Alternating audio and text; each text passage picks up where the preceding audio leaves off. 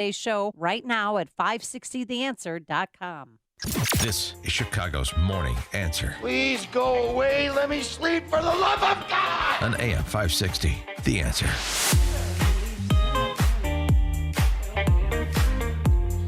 Top of the morning, Dan and Amy. We're coming to you live from Pulse Technologies in Carroll Stream, part of our AM 560 Signature Bank Business Tour. We're not going to be in Carroll Stream much longer, though. They're moving to Schaumburg. These guys are on the move. We're pleased to be joined by Victor Miceli, who runs the joint with his brother Chip. Victor, thanks so much for being with us. Appreciate it. Hey, and thanks for hosting us. Yeah, thanks for coming by. So give us Pulse Technologies family business, recent name change, and now soon to be location change. Give us the historical perspective on the company in 30 seconds or less. Okay, I'll try to do that. Basically, we started out in 1955. My father started a business working out of his garage in Des Plaines, and we've been on the move ever since. My brother and I took over in 1986, and we've, throughout that time, have acquired other companies and kept on growing the company. So the name change, Pulse Technology, comes out of some of the purchases that we did in Indiana. We bought out McShane's, which was about a 100-year-old company, and then we bought out Kramer and Leonard, which was about a 40-year-old company. And so it got kind of tough to answer the telephone and use three names when you answered. Right. So you used to focus on office equipment, and then eventually over the decades changed into technology and IT. Well, if you look back and when we started, the only technology in 1955 was typewriters and calculators that add and subtract. And as that technology progressed, we got into selling word processors, and then they turned into computers, and then we started doing networks, and then all the things that attached to it. So the printers and the copiers all attached, and scanning. And then we started doing, from file cabinets, we went to document management. So you've just basically evolved as technology has evolved. You've evolved with the technology. You make these acquisitions in Indiana, so I assume that's sort of some sort of vertical integration, so you can be kind of soup to nuts in the office space. Right. So both McShane's and Kramer and Leonard sell office supplies, and they sell furniture as well as the technology piece that we do. And now we're able to do what we call the smart office. We're able to create the office of the future for a lot of companies. And basically what that means is everything is talking to everything in that office. So, when you come in, you could basically sit at your desk. It will know by your badge that it's you, and it will set up the computer, and it'll set up the lights, and it'll set up the temperature in that room, and it's all set just for you. Is it going to be like the Amazon warehouses where the firing a person is also automated? You'll also be notified when you log in that you've been let go, and there'll be a paperwork that spits out for you to sign. That simple? Could be. Everything's turnkey, right? That's right. But I think it's amazing because you started off in Des Plaines and had to move because of flooding. And then tell us about that. So my brother and I took over the company in 1986. In the beginning of 86, that summer, Des Plaines had the 200-year flood, or whatever they called it, that seems to happen quite often now, more than 200 years. Sure. And flooded out our facility that was on Mannheim Road. And at that point, we moved out of Des Plaines to Elk Grove. And then what happened in Elk Grove? So in 2017, July 2017, thinking, hey, we're on higher ground. Our building's made out of brick. We're pretty solid. We got hit by a tornado, and it tore the roof off our building. And it rained. And that's why you moved on. And we got 21 inches of rain that week. Bad week to have your roof ripped off. So do you think it was God trying to tell you to get out of Illinois like everybody else and go Maybe. to Indiana rather than bringing Indiana to Illinois? Well, we did end up moving a lot of people to Indiana because it was the only place we had that we could store equipment.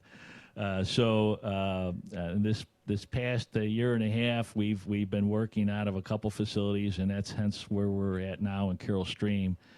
So we've got a warehouse facility here, and what it taught us is that you need to have replication.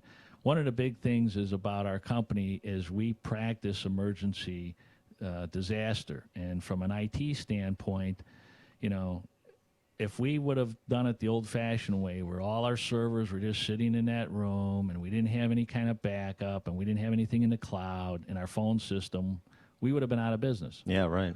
So, but because our phone system's based in the cloud, our entire network is based in the cloud, that even though we lost a building, we were able to go downtown to our downtown facility, plug in our phones, and they rang there. Interesting. So basically, it happened a quarter to 5 on a Friday, and by Monday morning, we were open, and everybody had a position where to go.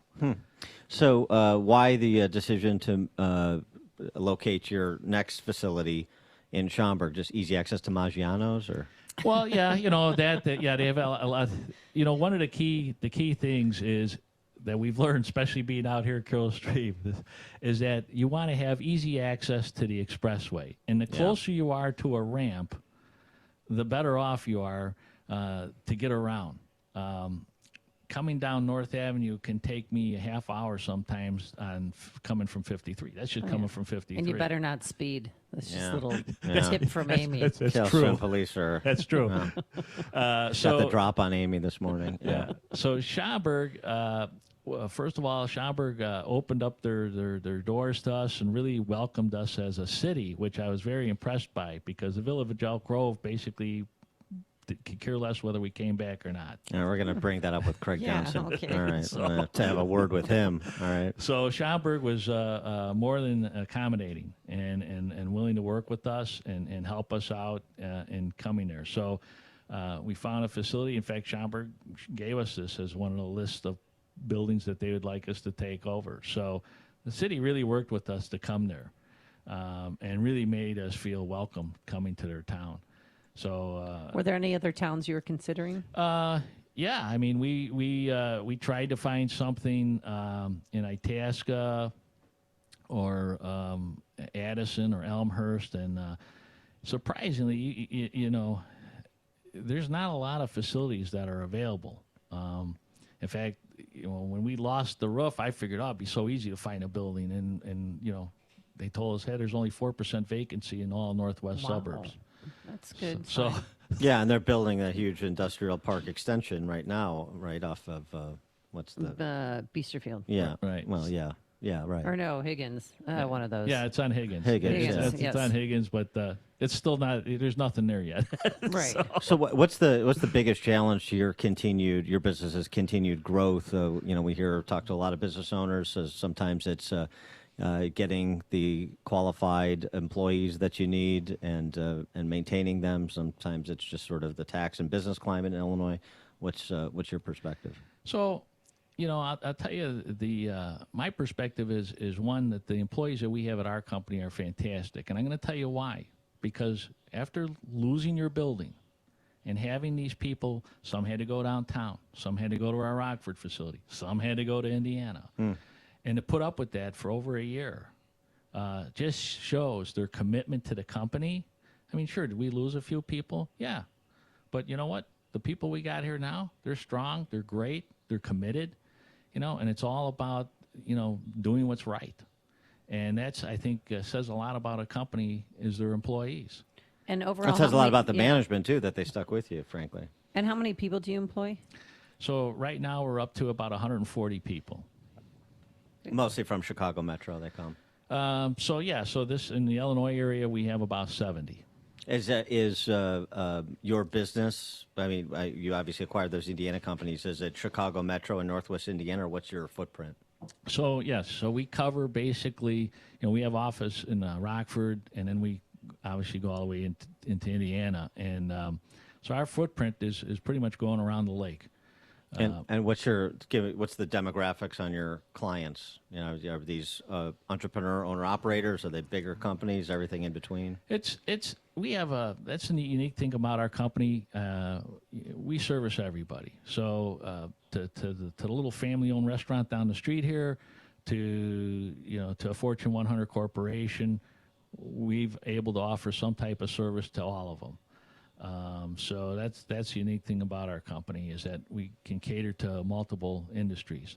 I mean, obviously, my favorite is always working with family-owned businesses because I understand their pain, I understand their growing pains, their issues, and frankly, you know, the service that we offer, being able to make technology work in your office, that's the big thing I think that we bring to the table because, you know, people can go out there and you get any kind of device you want. It's making it work in that office and communicating with all the other things you have in your office. And that's really our scope and what we're good at. He is Victor Miceli. He's one of the principals of Pulse Technology, where we are broadcasting live this morning, part of our AM 560 Signature Bank Business Tour. Thank you so much, Victor. Appreciate it. Thank you. There's only one radio show in Chicago talking about today's biggest stories and telling you what they really mean. That show is this one, Chicago's Morning Answer on AM 560.